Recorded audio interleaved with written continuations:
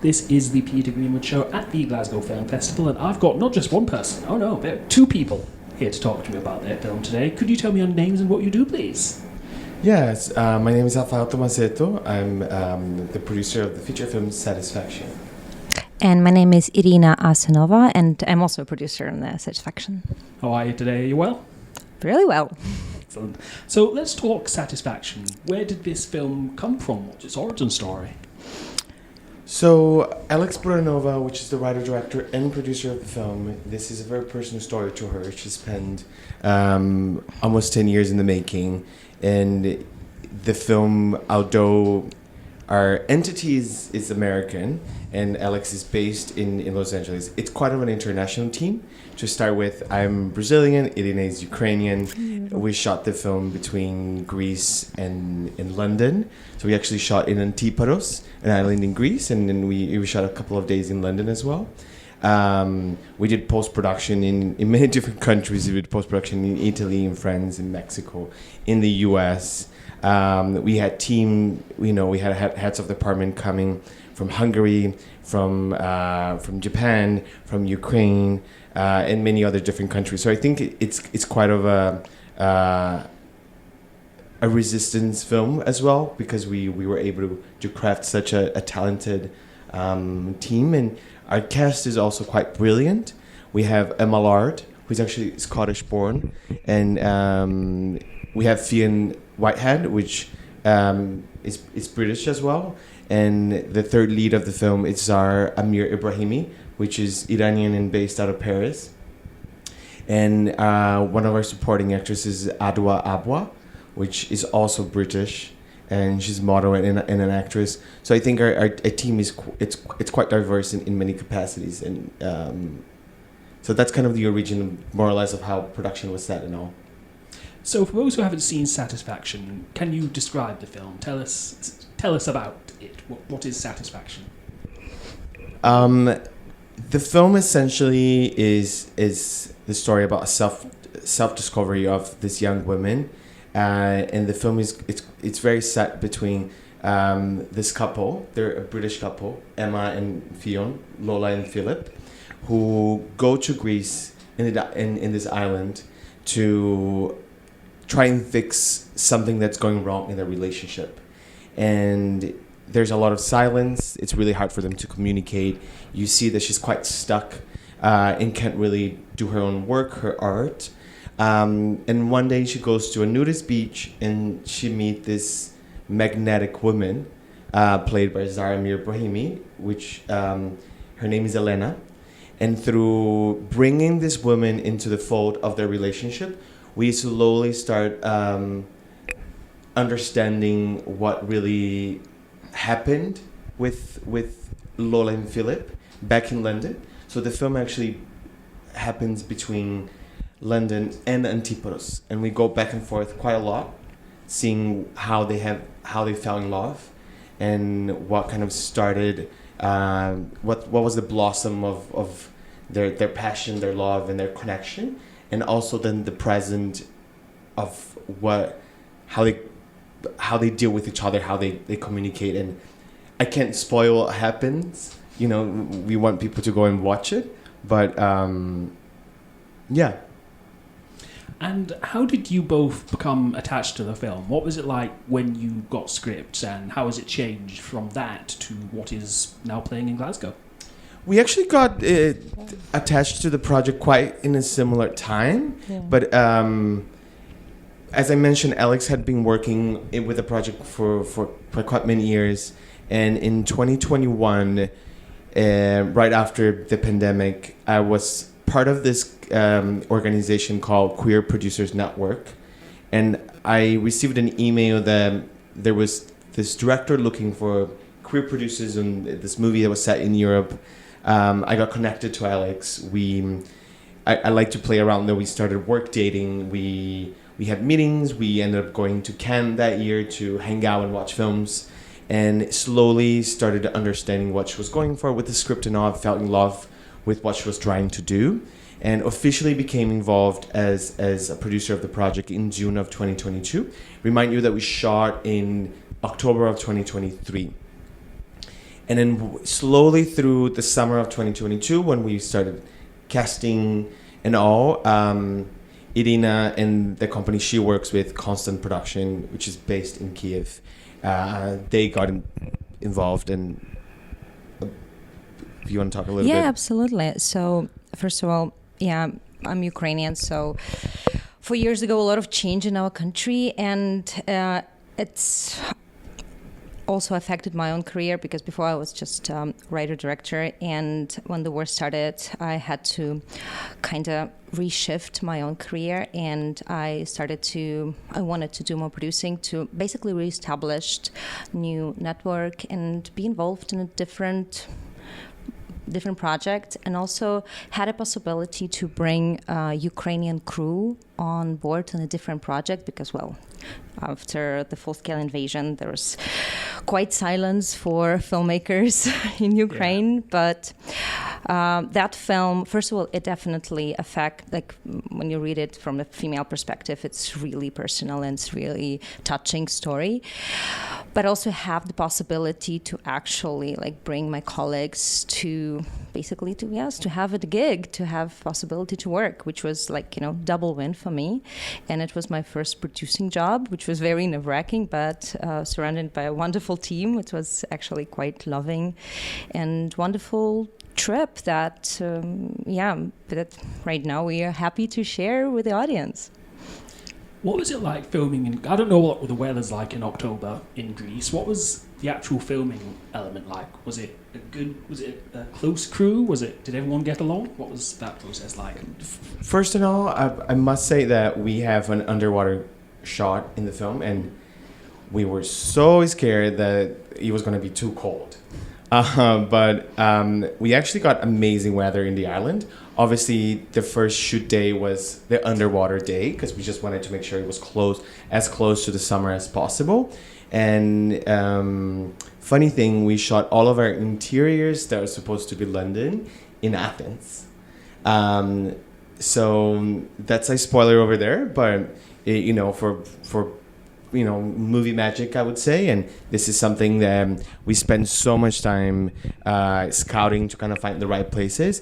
But what was interesting, because we had such an international crew, and because we were staying in this island, Antiparos, for 3 weeks, that really made everyone come together, because the island was off season, meaning we had hotels that were just us, and it was so, we didn't have a huge crew, but roughly our crew, counting the actors, was about 35 people. So it's quite, nice and content. But we, even in the camera team, our DOP, first AC, second AC, and gaffer were coming from Budapest. But then we also had another gaffer from Greece, and we had Greeks and electrics that were Greek. So there was a good mixture, and they were all very talented. And we would make jokes that sometimes on set we had to make, hand movement to communicate, to make sure everyone understood what we were going for, because there were so much language barriers. But that's the beauty of art as well, kind of getting that.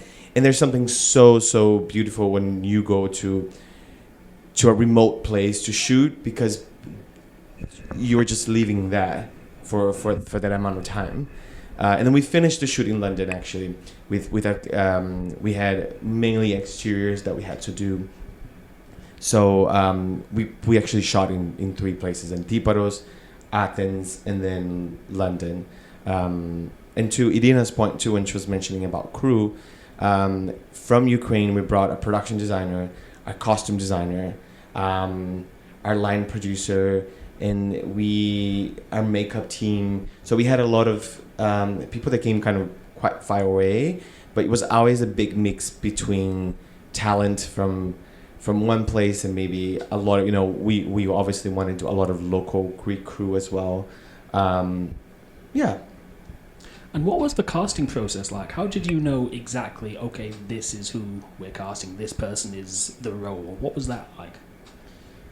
Casting, as you must imagine, it's quite tricky, especially when right now, and we always knew we wanted an international group of actors to come, and Emma it was the first role that we casted. And one of our producers, Kyle Stroud, he's an executive producer in The Brutalist. And in March or April of 2023, he gave us a call and said, hey, I think you guys should check out the dailies of The Brutalist. There's this actress who she's brilliant. So Alex is, obviously this was very confident. So Alex goes, watches the dailies, calls us afterwards, and it's like, when you're watching dailies, it means we're watching things without editing. So you're really able to see what an actor can deliver. And we were kind of mind blown with what she could bring, and we really wanted to find someone who was up and coming, who was eager, and who kind of wanted to have that experience. So then Emma, a few days after, had a trip to LA. Her and Alex sat down for a 3-hour lunch.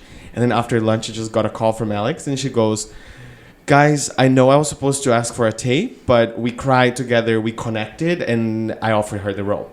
So that's the story of Emma. And, this is, I think, for such a personal and emotional film, it was important that the actor and the director had a trust within each other. And I think they were able to, within 3 hours of that lunch, be so vulnerable with each other that it was just kind of a no-brainer that Emma was the right one. Our second cast was Zar. We obviously knew her work through Holy Spider because she won Cannes a couple, previous years before we shot the film. And we had gone to Sundance that year, and she had a movie called Shada. And we were like, oh, I think there's something so special about her. There's something that she speaks to the language of this, magnetic woman. And we had a chemistry read between them via Zoom, and they connected so well, Zara and Emma. So Zara was the second one that we brought up, and Fionn came. It was the third one that we casted in August of 2023. So it was 2 months before the role, and we also did a call with Alex and him, and Emma and Fionn went on to do a couple of things in London. They went to talk to composers. They met both of them there, and we did have some rehearsal time in Athens as well. But that's kind of how the three of them came together. And Adwa came a few weeks before we shot. And we also did a chemistry read between her and Emma because they're playing, they're playing girlfriends in the beginning of the film. Spoiler alert. Sorry, that came afterwards. That's okay. But that's kind of how it all came together. And what is next for you and the film? Where does it go after Glasgow?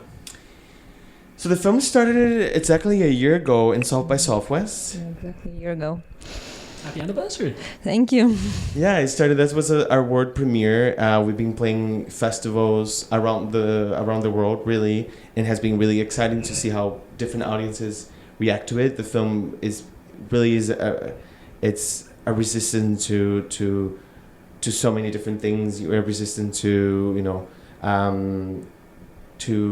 to women finding themselves, a resistance to indie filmmaking, a resistance to giving the light to so many women that have gone through different types of traumas. And within festivals now, we're looking for distribution. After Glasgow, we play BFI Flare on March 22nd. March 23rd, we play Manchester. So we have a very cool group of festivals in the UK this month. And we're still playing a couple more festivals for the next couple of months before we jump to distribution. Fantastic. Thank you. Where can people find out more about you and the film online? You can find us on Instagram, Satisfaction Film, so please follow us.